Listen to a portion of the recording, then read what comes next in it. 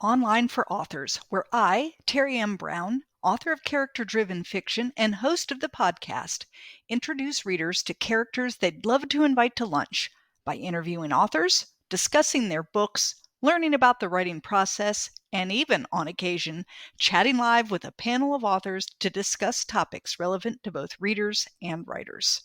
My guest today on the Online for Authors podcast is Janet Roberts, author of the book, What Lies We Keep. In my book review, I stated What Lies We Keep seamlessly weaves cybersecurity with the lies we tell one another. Ted and Charlotte are on the road to living the dream. Ted has a good job, they have a daughter, and are saving to buy their first home. But something is amiss. Ted is hiding something, and Charlotte, though she isn't sure what, is dragging him to marital counseling in hopes of saving their marriage. But the lies go beyond Ted, with two good friends, a brother-in-law, and even her mother keeping things from her, things that shape her world. This is not merely a story of Ted's redemption, but of Charlotte's journey to find the truth about her husband, about her marriage, about her friends, and mostly about herself. This is a great read.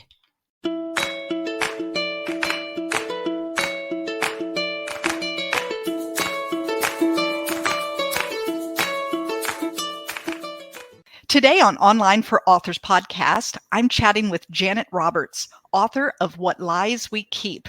Hello, Janet. Hi, Terry. It's so great to be here. Oh, it is wonderful to have you. I loved the book, but before we really get into like the depths of it, why don't you tell the listeners just very briefly what is What Lies We Keep about? What Lies We Keep asks a provocative question. What happens when we embrace the life we think we should have rather than the life we have? And it's about someone, Ted, who is a cybersecurity expert, and his marriage is a little on the rocks, and his wife is a bit insecure and has a bunch of part-time jobs, and she doesn't quite know, she can't quite find her own personal power herself. And he does something, he's obsessed with moving up the corporate ladder, and he does something that is really, he shouldn't do, pretty bad. I'm trying not to give spoilers. Right. And he blows everything up. He blows up his marriage. He blows up his job. He blows up a lot of things. And so then it becomes a story of two people finding redemption, and can you forgive and trust, and what does that look like again, or is it impossible? And also kind of coming back to your roots, like learning to respect or appreciate what you have instead of kind of putting that aside because you always have to have more Right. More of something. Yes. Right. And so that's a bit of, the roundabout of it. And so it mixes cybersecurity and domestic suspense, and hopefully a lot of twisty turnies as people, lots of different characters, do good and bad things and try to find their way. Yeah, no, it was, and so yes, it did all of those things. Tell us, why a book with a cybersecurity angle? So I've spent 15 years as a cybersecurity awareness expert. I was globally recognized, and I just retired in August, but I did write this book while I was working, off and on, really. And so I'm not what you would call super technical. A cybersecurity awareness person is a person who, what I did was I built global cybersecurity education programs for multinational corporations to train over 100,000 employees on how to protect corporate information and assets and data. But I sat next to some of my favorite people in the world, my best buddies, who were very, smart, technical, white hat hackers and, cyber threat intelligence. Right. And they helped a bit and answered questions. I think at first they were a little hesitant considering what Ted does. They said, what's wrong with you? You're not teaching this to the employees, are you? But actually, yeah, I have a big background in that, and I'm well known in that community. But I had never had the courage to kind of use it in my work. And then I started, fleshing something out, and then tapping people who could say, well, you're almost there. Yeah, that could maybe happen, but you need to tweak it over this way. Yeah. Right. Or that wouldn't really work, but if you did this, it would work. Right. Right. That's great. Well, I noticed in your bio that you say that you have a degree in journalism and communication. And I know this has nothing to do with your book, but how did you get from that to cybersecurity? So I'm like this accidental person, I think sometimes. Even this book was a bit of an accident. We can talk about that later. Yeah. So I got a degree in journalism. I worked in some weekly and daily papers for a while. And as most people know, it doesn't pay that well. I was working 2 and 3 jobs and everything. And so I made a shift, and I made a slight error, and I went into paralegal work, and I really didn't like that. It took me a long time to kind of get my way back out of that.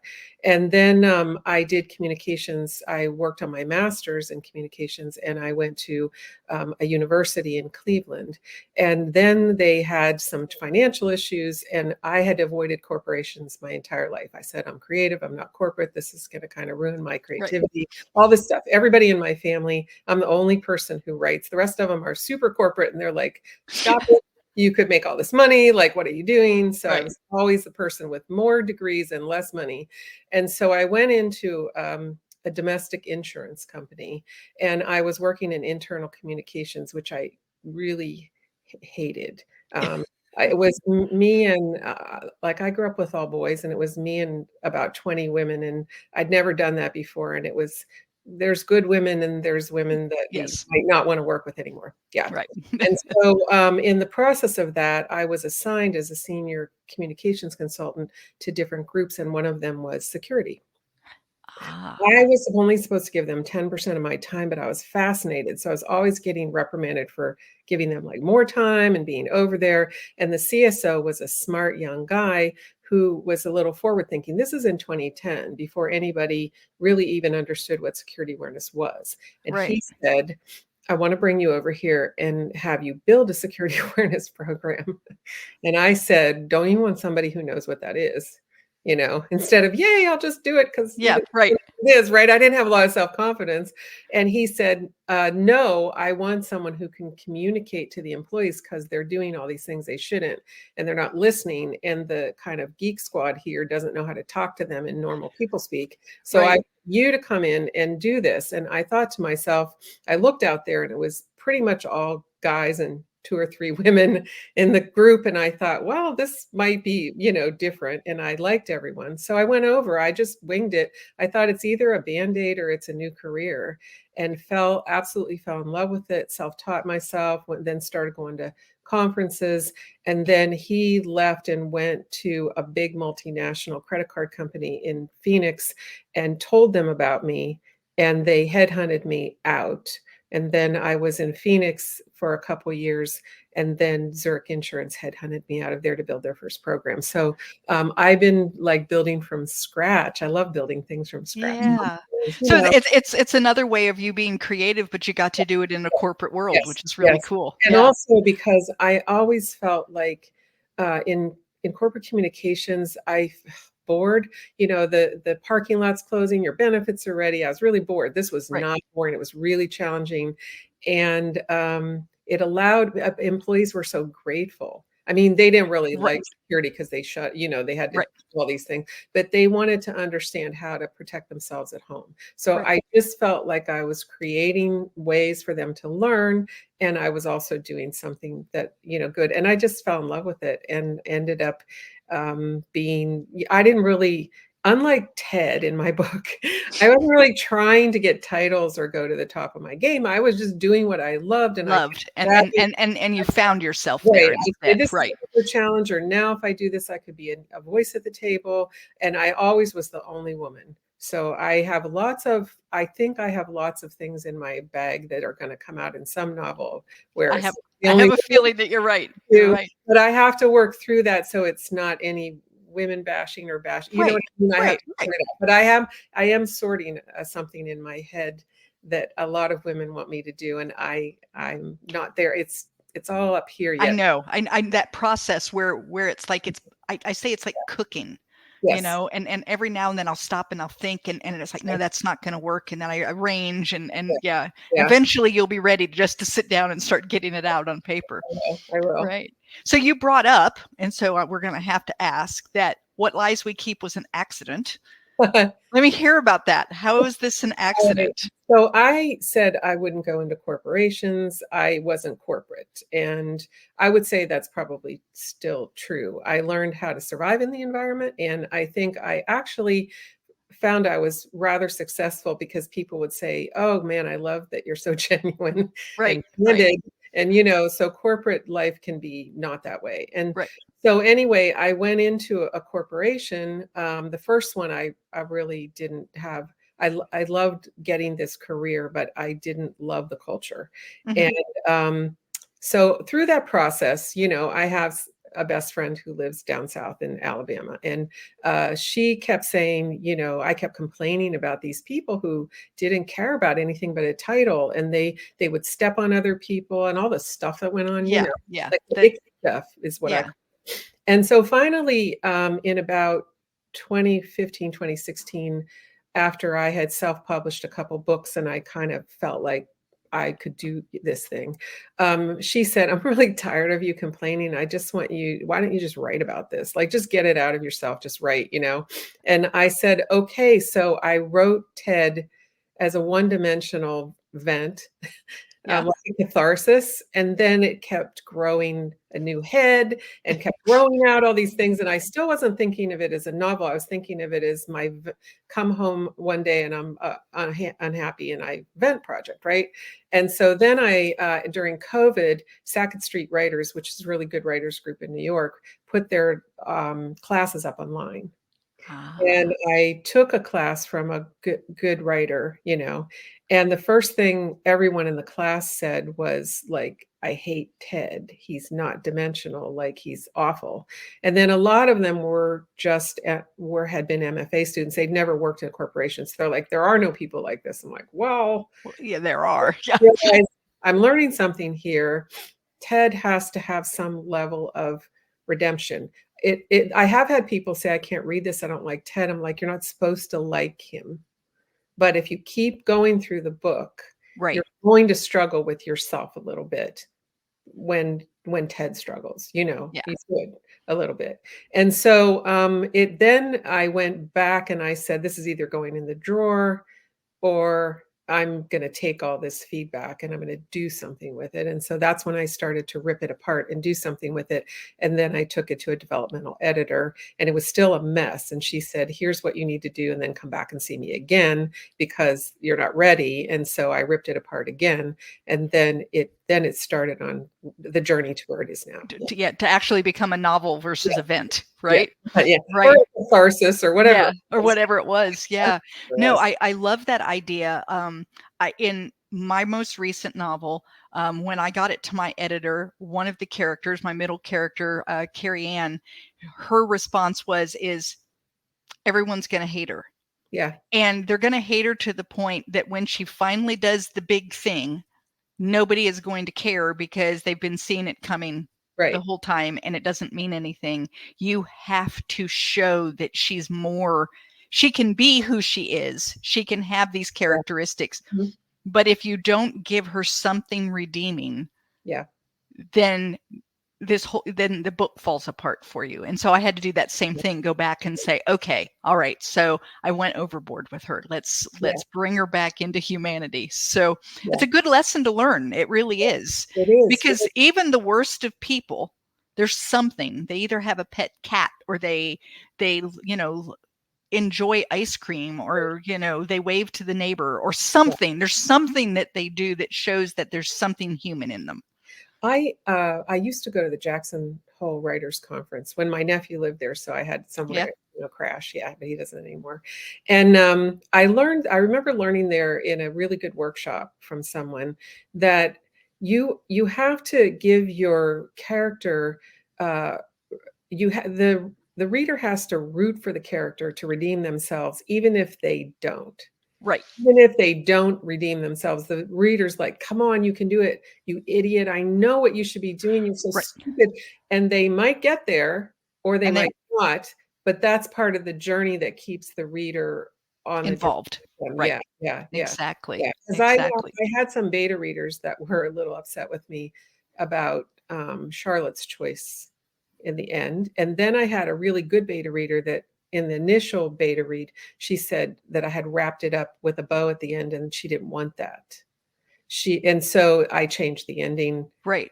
I stayed on the course, but I veered because I wanted it to be a bit messy. And I actually got a great review from a really good writer in Pittsburgh that said that she loved the messy whole, messy. Right. It was not wrapped up neatly with a bow, but it wasn't left so messy that you didn't still have hope for all the characters. Yeah, exactly. Which I liked, because I tend to like things wrapped up. Mm-hmm. And if they're not, I wrap them up in my mind. Like, that's what I do. I go ahead and finish the story in my head. This is what I want to have happen, and it happens. And your story ended in such a way that I could create an ending that felt comfortable to me. Do you know what I'm saying? Like I could fast forward a year and a half and say, okay, so this is where everyone is now. And then I felt fine. So yeah, I like that. That's good. I like to do that. I don't really I like happier sort of wrapped endings, but I don't like to be spoon-fed. Yeah. I like the line between that. And it's interesting because a couple of my ARC readers, they each came back with a different take on where they saw that ending going. Well, and I think, isn't that beautiful to me? Because I hadn't really, some of it, I was like, really? That's what you got out of that? But that was okay. I thought that made me think a little bit differently too. Well, and what's beautiful about that is wherever a reader is, mm-hmm. and whatever a reader got from the book, mm-hmm. they can now take that mm-hmm. and create wherever they want. And I think that's lovely. It allows your reader some autonomy when they're reading the book, and then they get to determine like what actually does happen 2 years down the road, 5 years down the road. Where are all of these characters and what are they doing? Right. So yeah, I love that. Amazon has this listed as city life fiction, cyberpunk science fiction, family life fiction. They do. NetGalley says it's mystery and thrillers and women's fiction and general fiction. What genre do you say it is? Oh boy. Here's the thing with me and life and everything else. I just never like to be labeled. I used to joke in college, dare to be different. So I'm always bad at this genre thing. I remember the first time someone asked me, I was like, I don't know. What difference does it make? Yeah. I'm just me, right? But I understand it now. So I would put this in domestic suspense. Actually. Okay. Because I'm not fully women's fiction because every book I've written has one doesn't, but they had male voices. I grew up with guys, and I just think. Well, I've heard a really good definition of women's fiction. It doesn't mean that it's only women characters or only women main characters, but that the women in it are strong and have an arc. Yes. In which case this would fit into women's fiction. Yeah. And that's always a goal for me. Yeah. So it doesn't matter. I mean, my first novel had 3 women, but it was important to me. It's important. The journey is important for the woman. Important Exactly. So you seem to be a lot like me in a lot of ways, in terms of, I don't like boxes and I don't like people to put me in them. Mm-hmm. And I don't tend to write a novel with a genre in mind. Mm-hmm. I write the novel and then I look and say, oh, well, that ended up in historical fiction, or historical fiction and Southern fiction and women's fiction. And that's kind of what I do too. So I like finding other authors that don't quite have the same plan, like from the beginning. Yes. Now, I don't think there's anything wrong with having a plan from the beginning, but it tends not to be the way that I write. Well, I'm a pantser, so am I. Yeah. That rolls out into, I think I'm trying to do mild outlining ever since I read Intuitive Editing by Tiffany Yates. Mm-hmm. I think that's her name. She, I like that W thing. So that works for me because I'm tired of how many rewrites I have to do. Yeah. My pants too much, right? But at the same time, I had a couple people with one of my self-published books and with this book say, oh man, I can see you writing a series. And I immediately said, no, I'll be bored out of my mind. I can't, if I felt it, fine. But I like change. I love change. Me If I too. didn't, I wouldn't have jumped into a career I knew nothing about multiple times and then kept building different things all the time. I like change. I get bored as well. Yeah. And I tell people all the time that I've written 3 books that actually fit into historical fiction as well as other, but my Mhm. next one that I'm writing is so totally different. It's contemporary and it's humorous and it's just a very, very, very different from anything that I've done before.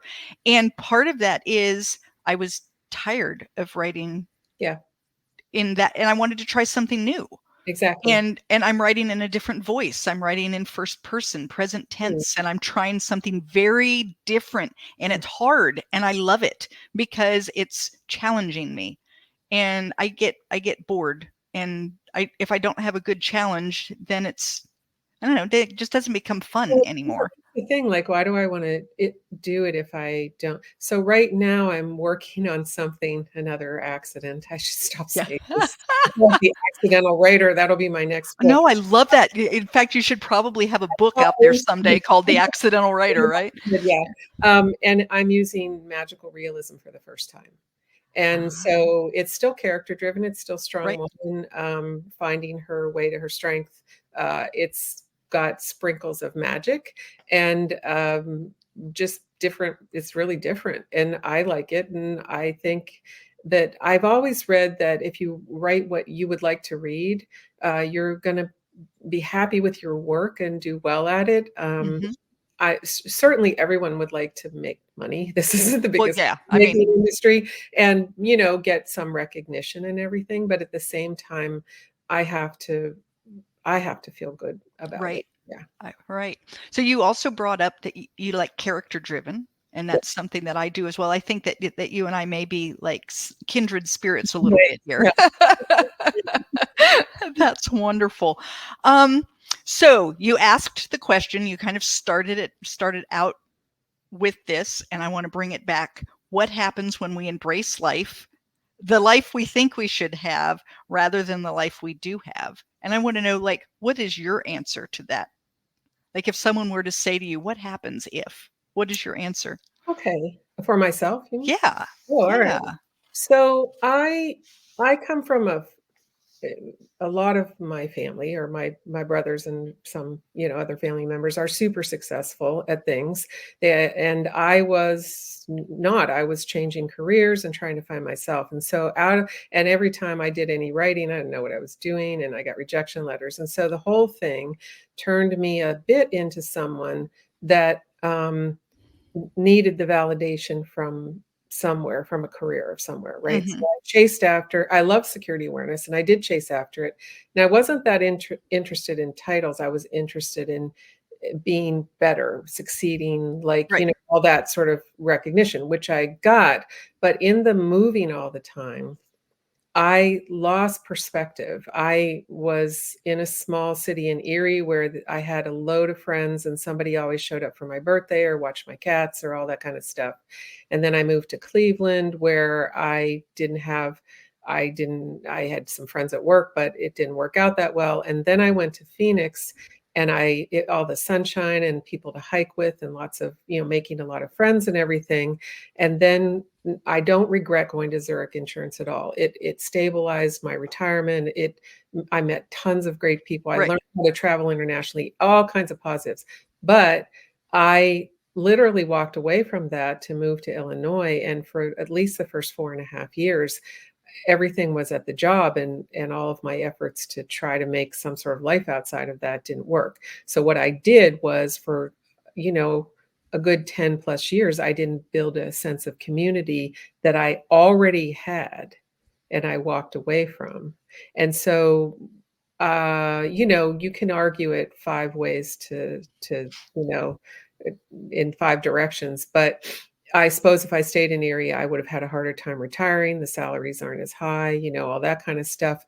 But I see people now who go on vacations with their best friend forever and their neighbor. Right. And I finally at 4.5 years ago, I don't know if I'd lose my job or not, but I just told them I need to move home and I need to go back to Western Pennsylvania. I need to go back to my roots and I'm going to figure this out. And so Pittsburgh was a little better with the airport. And my mom's from the Pittsburgh area, so I had Okay. family So you here. had kind of something to ground you again, Brother here, yeah, right? everything. And I've since gotten my mother moved here, and my other brother. But and so I just landed on this street where they have happy hours, and I've made friends, and I'm still working on it. It's not an overnight thing. No, and I've found that as we get older, and I'm not calling you old, but you have said you're retired, so we're in that stage. It seems harder.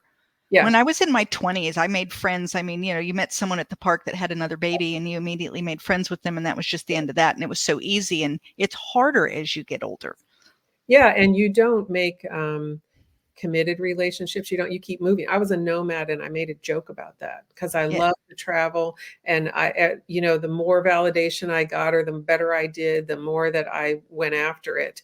And then I hit 60 and I had a epiphany and I said, what are you going to do in 5 years or whatever? When you retire, then what? Right. So it's not quite as bad as what Ted did. Right. However, I had that realization, and there was my mother who had stayed in the same place for 60 some years, and she had all this support from her church and her friends and her lunches and all this sort of stuff. And I knew I had to go rebuild what I walked away from. Right. So I'm not saying I have regrets in that sense, but I am saying that sometimes, and in this book, it's an extreme example. Right. The person didn't have any respect for where his roots were and where he came from. And Jesse is kind of a mirror of where could have been and kind of where Ted ends up. Right. So it's a bit about stopping for a minute in the climb and saying, well, what is it that I have? I one time worked in a law firm where I worked with these young lawyers, and some of them would say they hadn't seen their kid awake for 2 or 3 weeks because they had to bill time, and they only saw him on Saturday that way or something. And I thought back then to myself, I just thought I don't want to have a big title. Right. Anyway, but I didn't want that because I wanted a life, but I probably wasn't making the kind of decisions that would center me in that. So I am now. Well, good. Yeah. So it's that idea of finding balance. Exactly. And it's okay to seek after something, but it's also okay to remember who you are and where you came from, and that there's a balance between those. Yeah. So in addition to that, what else do you hope readers get from this story? So I always hope readers, especially my female readers, I always hope that they, most women I know, myself included, it's not like a Hollywood-like story where you land like, and you suddenly are ringing bells in Wall Street and you've, magical things happen and within an hour, Right. This and the perfect that and whatever. It's a lot of making decisions and forks in the road and making mistakes. And also our culture tells us, that you should be airbrushed or, Kardashianed or whatever. Right. Yeah, I actually a year or two ago, I inquired at my gym about personal training. I thought, well, I'm, all this sitting, I might want to try to do something. And the personal trainer was young and he sent me an email and he asked me to let him know who I wanted to look like, Beyonce or Kardashian or whatever. And I told him, I don't think you and I can work together. Yeah, but that's not what I'm going for, right? I think our society, especially with women, gives this message, like you need to show up this way and you need to be focused on this and this and this. And so I want a woman who has struggles always and who has some levels of insecurity and who needs to find herself. Right. And whatever the obstacle is that I put in front of her, she's going to go through the struggle. And I hope that for readers, it's relatable, that you can face a lot of different things and you can Right. come to the other end like that. Yeah. Yeah, well, fantastic. You did that. Oh, Charlotte was a good character, and I felt for her. She learned so many things in her journey about different people in her life, and what she thought was true that wasn't true, and all of the things, and she kind of had to figure out who she was and exactly. what she wanted. Yeah. And then does that allow me to continue doing what I was doing before, or do I need to modify it, or do I need to get rid of it completely? And those are, questions I think that we all have to go through at times, where you stop and you take that inventory of, here I am, and do I like where I am? Yeah. And do I like who I'm with? And Yeah. and not just in terms of spouse, but in terms of Yeah. friends, or in terms of a church community, or in terms of where you're living, or all of those things. So I'm taken, and are you being true to yourself? So yes. one thing that I tried to do in this book was, it's not just, are you in a corporation, and his friend Shay is just wanting to be better at the job, Right. and Ted is wanting somebody to say, Ted, you're amazing. You're amazing. Right. And and everywhere I worked, there were people who were like me. I just want to do the job and learn. And if I get the title, great. Or, Right. and there were other people who were obsessed with, Right. what is my title? But I also put her mother in there, and that whole segment, because sometimes we look at other people, and I've been guilty of this, and you say, oh, wow, if I would have made some different decisions, that perfect marriage and that big house and that money and whatever. And so, without ruining the book, I put that in there because Charlotte came from that image in the personal life, so that the corporate image and the personal life image are also saying, sometimes you look at how things are, you assume You things, make it. Yeah. You make those assumptions. and the assumption may be wrong. Even with her friend Grace, she had made some Right. assumptions, and Grace ended up being more supportive because she was a bit wrong about those assumptions. Yeah. Yeah. Yeah. No, I love that. Your bio says that you've never met a library, a bookstore, or an ice cream shop you did not like, Yeah. which made me laugh. So I have to know, what's your favorite flavor of ice cream? Rocky Road. Rocky Road. Okay. So you like things with chunks of stuff in them. Sometimes I do. I like Yeah. the cappuccino crunch too. Do you? So Okay. All right. Yeah, I'm a mint chocolate is what I like, is like my top favorite. But I really also recently have started liking the dark cherry with chocolate chip chunks in it. Oh, yeah, I don't Oh, like that's really good but too. my dad was a big mint Yeah. chocolate chip. Yeah, that was Yeah. his favorite, So I yeah. liked those. And then when I was traveling, my husband and I rode across the United States on a tandem bicycle. So Uh-huh. 3,102 miles on a two-seater Wow, bicycle. And wow. when we were in Michigan, they had an ice cream called Michigan Pothole. Uh-huh. And it's, they're known for their horrible roads and their big potholes. And it had all of this crunchy junk in this vanilla ice cream. And it was just chunks of stuff. It was really good. I don't even know what was in it, but that was that Right. was a good one. Well, I live in Pennsylvania, and Hershey is here. Uh-huh. So, Right. right up at the corner, they sell Hershey ice cream. Oh, So I yum. have to control myself. I would probably have to move. Sometimes I say an hour walk in the park will get me one Oh sweet. yeah. Oh Yeah, yeah. That's a good thing to do, right? yeah. So you alluded to the fact that you're working on something magical realism. Do you have any other works in progress, or is that the one you're focused on at the moment? That's the one I'm focused on, and I just took my second trip to Wales, because I place part of it there, and Mhm. so the magic comes out of the old Druid ruins that are there. Oh, So fun. I have a friend there, and I was working on this book, and I was looking for some ruins, and I went to Ireland because I have some friends there too, and I couldn't find what I wanted. And my friend in Wales was really trying to get me to come visit her because she's way out at the most southwestern tip of Wales, right? Okay. So she sent me all these pictures, and I said, that's it. how far is that from your house? So she said, oh, yeah, it's like a 30-minute hour ride. I'll take you there. So we ended up hiking to these Druid ruins, and I took all these pictures, and I Oh, fun. use it. And then I realized I had to go back because I'm always trying to make an excuse to do that anyway. Well, But yeah. I mean, if you can. I had points. I don't have points anymore. All these Well, trips, like I that's used all to, right. But I went back last month, and I went the journey of the character on the train and everything. I took notes the entire way so I could fill. Oh, wonderful. Stayed at the bed and breakfast where I think I have her stay, and just stuff like that. So that's coming. That's coming. Do you have a hopeful date for this book, or is it just sometime in the future? Well, I have found that marketing my current book, much as I love it, is very time consuming. And so it's kind of cut into my writing time. But I have, family things that I have Right. to handle. Right. So I'm just starting back into it. My hope is that before the end of the year, I have the first rough draft done. I have about 4,000 words done so far. Fantastic. And I have it as outlined as a pantser can outline, Who knows what will happen next, right?